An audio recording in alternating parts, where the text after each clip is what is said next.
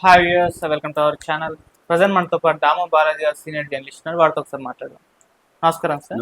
Sir, Samantha గారు అభిమానులకైతే ఒక good news, ఒక బ్యాడ్ న్యూస్ అని చెప్పుకోవాలి. సమంత గారు తను ప్రెగ్నెంట్ అని చెప్పేసి అఫీషియల్ గా కూడా ప్రకటించేశారు. అంటే మొన్నటి వరకు కూడా సోషల్ మీడియా సర్క్యులేట్ అయింది. చిరంజీవి గారు ఇండైరెక్ట్ గా దాని పట్ల రియాక్ట్ అయ్యారు. ఇప్పుడు సమంత గారే పెట్టినట్టుగా మనకు తెలుస్తుంది. అలాగే ఇప్పుడు సినిమాలు ఆపేయబోతున్నారు, ఈ కారణం చేత అని కూడా వార్తలు వైరల్ అవుతున్నాయి సార్. మరి నిజంగా ఇప్పుడు సమంత గారు సినిమాలు చేయరా, ఆ గ్యాప్ ఇస్తారా, లేకుంటే మళ్ళీ రిటర్న్ అవుతారా, ఏంటి సార్ దీనికి సంబంధించి మీరు ఏం చెప్తారు?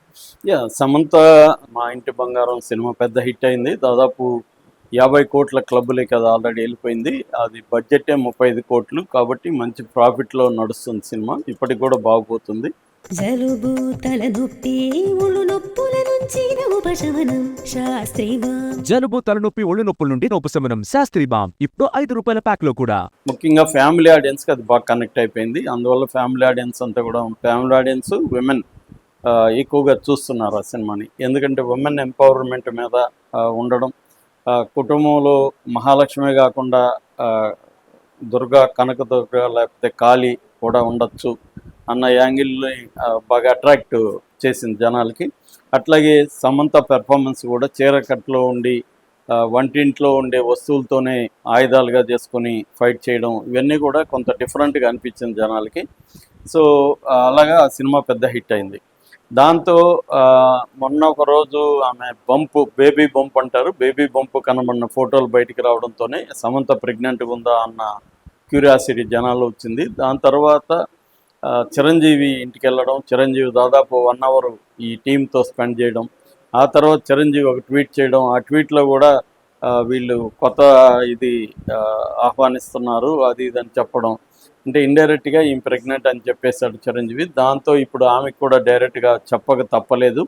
సో మొన్న థ్యాంక్స్ మీట్లో ఆమె చెప్పింది, నేను ఇట్లా తల్లి కాబోతున్నాను, ఇప్పుడు మెటర్నిటీ లీవ్ తీసుకోబోతున్నాను కొద్ది రోజులు అని తన అభిప్రాయాలు చెప్పింది. అలాగే ఆమె ఉమెన్ ఎంపవర్మెంట్ గురించి, రిలేషన్షిప్స్ గురించి కూడా అక్కడ కొంతమంది అడిగినప్పుడు చెప్పింది. సెల్ఫ్ కాన్ఫిడెన్స్ ఇంపార్టెంట్ విమెన్కి. సెల్ఫ్ కాన్ఫిడెన్స్ లేనప్పుడు మనం పార్ట్నర్స్ మీద డిపెండ్ అవ్వాల్సి వస్తుంది, దానివల్ల గొడవలు వస్తాయని చెప్పింది. అలాగే రిలేషన్షిప్స్ అనేవి కాంప్లెక్స్గా ఉంటాయి, సులభంగా ఉండవు, తప్పులు ఇరువైపులా ఉంటాయి, ఒకరిని నిందించలేమని కూడా ఆమె చెప్పింది. అట్లాగే ఎవరో మనల్ని కంప్లీట్ చేయడానికి వేరే వాళ్ళ మీద మీరు డిపెండ్ అవ్వకండి, మీరు ముందుగా కంప్లీట్ ఉమెన్గా మారడానికి ట్రై చేయండి అని కూడా స్త్రీలకి తన అనుభవంలో నుంచి ఆమె కొన్ని విషయాలు చెప్పింది. దాంతోపాటు సినిమాలకి నేను గుడ్ బై అని చెప్పలేదు కానీ గ్యాప్ ఇస్తున్నానని చెప్పింది. అది సహజమే. ఉమెన్కి ప్రెగ్నెన్సీ ఉన్నప్పుడు వాళ్ళు డెలివరీ అయ్యే వరకు ఎలాగో తప్పదు, డెలివరీ అయినా కూడా ఆ బిడ్డని కొద్ది రోజులు వాళ్ళు చూసుకోవాల్సి ఉంటుంది కొంత పెద్ద అయ్యే వరకు. అందువల్ల కనీసం ఆమె మినిమం ఒక 1.5 year అయితే మళ్ళీ సినిమాలకు గ్యాప్, ఆల్రెడీ 3 ఏళ్ళు గ్యాప్ వచ్చింది. అది కూడా చెప్పింది. ఒకప్పుడు సంవత్సరానికి 3 సినిమాలు వచ్చేవి నావి, ఇప్పుడు 3 ఏళ్ళు నాకు గ్యాప్ వచ్చింది, అది నా హెల్త్ వల్ల, నా లైఫ్లో కొన్ని జరిగిన వల్ల అని చెప్పింది. ఇప్పుడు ఆమెకి యాక్చువల్గా ఒక సపోర్ట్ సిస్టమ్, నేను చాలాసార్లు చెప్తుంటాను, విమెన్కి కెరీర్లో పైకి రావాలన్నా లేకపోతే లైఫ్లో అనుకున్నది సాధించాలన్నా వాళ్ళకి సపోర్ట్ సిస్టమ్ చాలా అవసరం. మెనకు కూడా అవసరమే, కానీ ఉమెన్కి ఎక్కువ అవసరం. అలాగా ఈమెకి ఒకప్పుడు నాగార్జున ఫ్యామిలీ సపోర్ట్ సిస్టమ్ ఉంది. దాని నుంచి బయటికి వెళ్ళినాక చాలామంది ఆమెనే విమర్శించడం, ఆమె తప్పు చేసిందని. నాగార్జున ఫ్యామిలీ అంత గొప్ప ఫ్యామిలీ దొరికినా కూడా ఆమె వాళ్ళ చెప్పినట్టుగా కాకుండా ఇష్టం వచ్చినట్టుగా బిహేవ్ చేసింది, ఇవన్నీ చెప్పారు.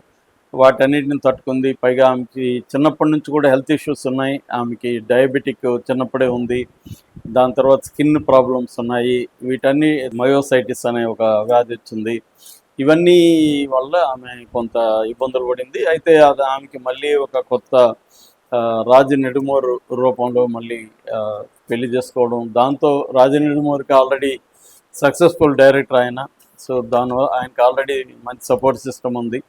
రెండోది అతను అమెరికా అంతా కూడా పనిచేసి వచ్చాడు కాబట్టి ఆమెకు మళ్ళీ ఒక గైడెన్స్, ఒక క్లారిటీ లైఫ్లో దొరికింది. దాంతో బిడ్డలు కనుక్కోవాలని డిసైడ్ అయినట్టుగా మనకు అర్థమవుతుంది.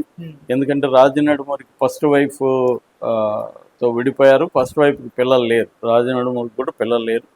అలాగా వాళ్ళు డిసైడ్ అయినట్టుగా తెలుస్తుంది. అంటే ఈ మధ్య ఒకప్పుడు అంటే పెళ్ళి అనేది ఒక డెడ్ ఎండ్ లాగా ఉమెన్కి పెళ్ళి అయిపోతే ఇంకా ఆమె కెరీర్ కానీ ఇంకేం ఉండేది కాదు. సో పెళ్ళి పిల్లలతో ఆమె జీవితం గడిచిపోయేది. అందుకని స్త్రీలకి చిన్నప్పుడు తండ్రి, పెద్ద అయ్యాక కొద్దిగా పెద్ద పెరిగినాక అన్నదమ్ములు, ఇంకా పెద్ద అయినాక భర్త, ఇంకా పెద్ద అయినాక పిల్లలు, ఇలాగా వేరే వాళ్ళ మీద డిపెండ్ అయ్యే ఈమె జీవితం ఉండేది.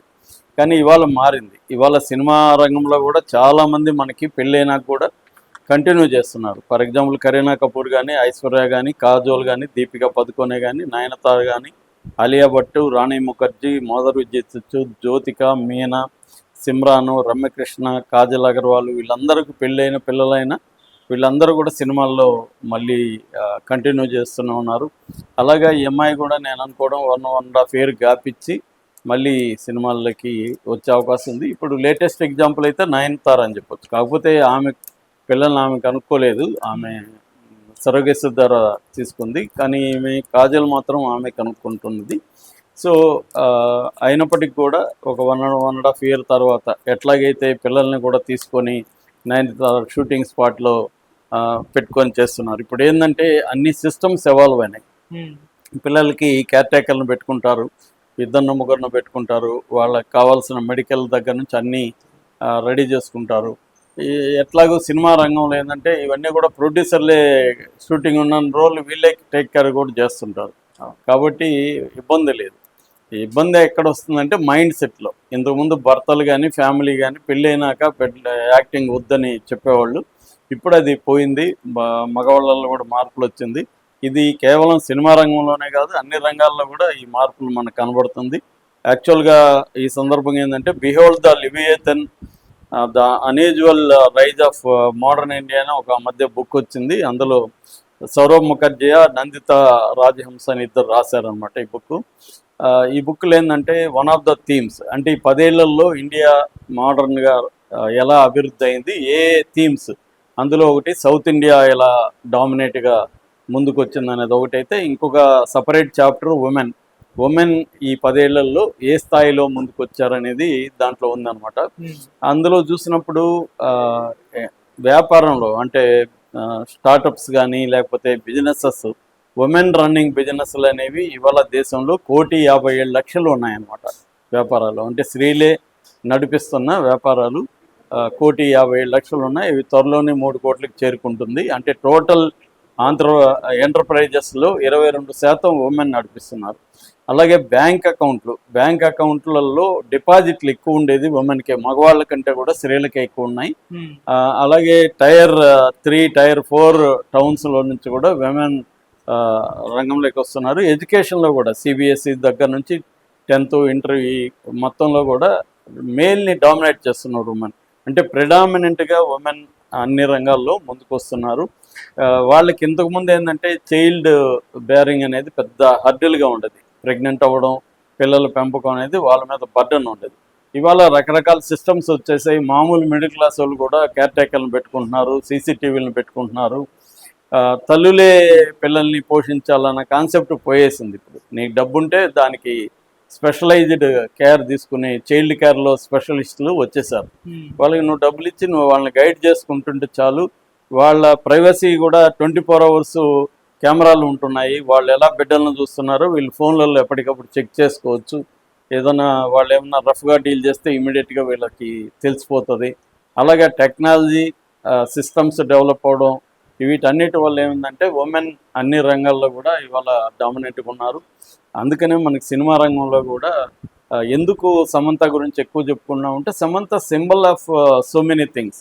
అంటే అనేక హర్డిల్స్ ఉన్నా, అనేక హెల్త్ ఇష్యూస్, పర్సనల్ ఇష్యూస్ ఉన్నా వాటితో ఫైట్ చేసి ఆమె జీవితంలో సక్సెస్ వైపుగా వెళ్ళడం అనేది మనకి సమంత నుంచి నేర్చుకోవాల్సిన విషయాల్లో అది ఒకటి ప్రధానంగా. అందుకని చాలామందికి సమంత ఇన్స్పిరేషన్. సో అందుకని లేకపోతే సమంత ప్రెగ్నెన్సీ గురించి మనం మాట్లాడుకోవాల్సిన అవసరం లేదు. ఈ విషయాలన్నీ ఉన్నాయి కాబట్టి ఈ టాపిక్ మనం మాట్లాడుతాం. Thank you so much.